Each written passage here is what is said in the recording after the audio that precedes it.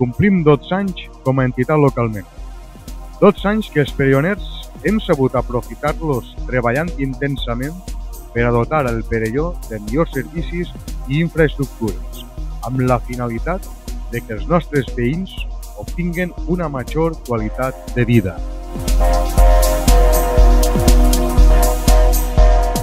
No cap menor dubte que el grau d'autonomia aconseguit davant la fórmula d'entitat local menor es pot avaluar amb un excel·lent.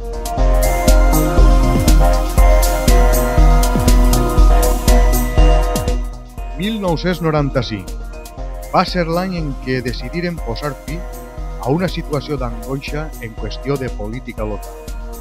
Per això hem de recordar als més joves la carència de servicis i la poca qualitat en què es prestaven.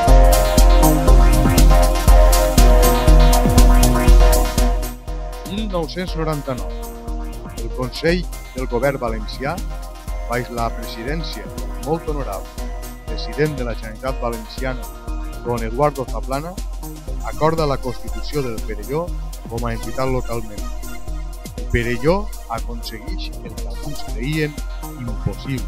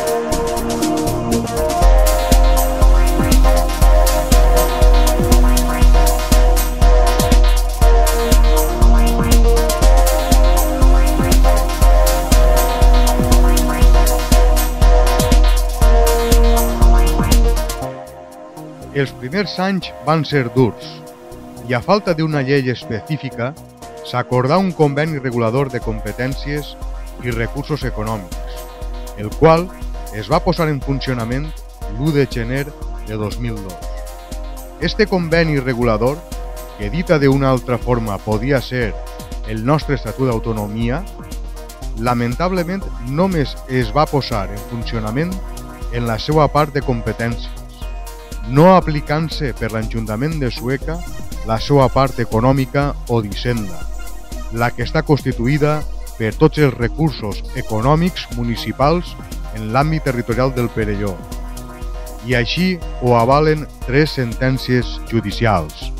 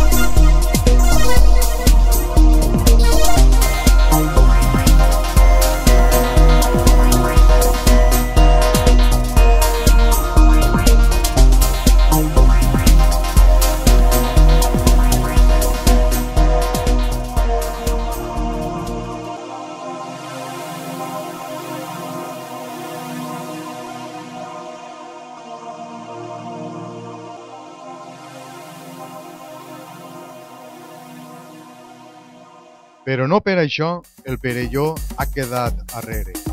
A pesar de l'incompliment de l'Ajuntament de Sueca, el Perelló ha avançat excel·lentment. Encara que cal recordar també que no tots els estaments han sigut bel·ligerants amb el Perelló. Tot al contrari, la Diputació Valenciana i la Generalitat Valenciana sempre han estat al nostre costat, prestant la seva ajuda en tot moment.